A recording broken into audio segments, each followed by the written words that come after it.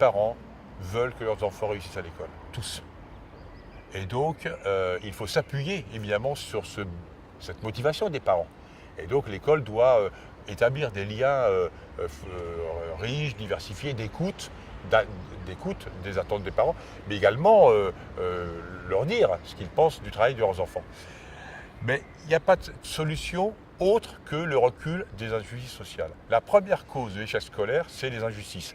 Alors si on me dit qu'il faut donner la liberté à chaque famille de scolariser son enfant ou ses enfants dans l'école de son choix, ce qu'on entend, même chez M. Macron, mais ça va être quoi? Ça va être les plus débrouillards, ceux qui vont le plus de moyens financiers ou autres, qui vont pouvoir profiter de cette liberté, entre guillemets, je dis bien, et puis ça va accentuer les inégalités scolaires. Non, vraiment, la question scolaire, elle a deux grands piliers.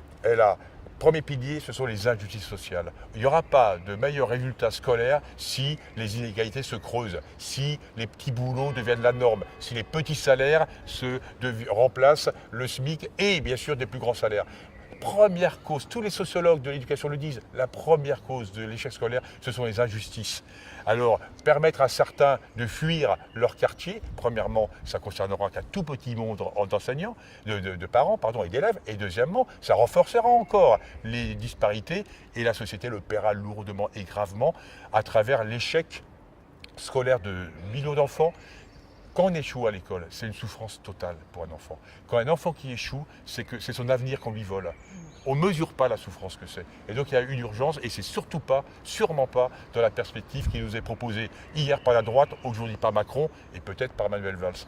Donc il faut investir, il faut faire reculer les inégalités sociales, on en a parlé, et il faut aussi que l'école, elle soit bien présente dans les quartiers, en particulier populaires, c'est-à-dire moins d'effectifs de classe, maîtres mieux formés.